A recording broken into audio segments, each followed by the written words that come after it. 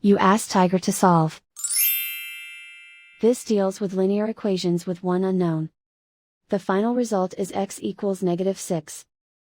Let's solve it step by step. Group all constants on the right side of the equation. Add 4 to both sides. Simplify the arithmetic.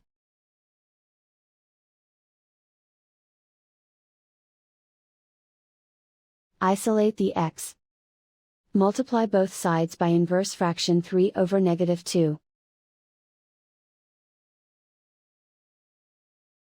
Move the negative sign from the denominator to the numerator. Group like terms. Multiply the coefficients.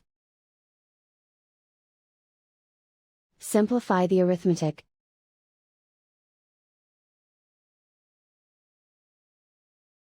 Move the negative sign from the denominator to the numerator. Multiply the fractions.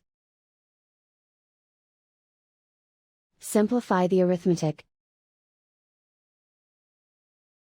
And so the final result is x equals -6.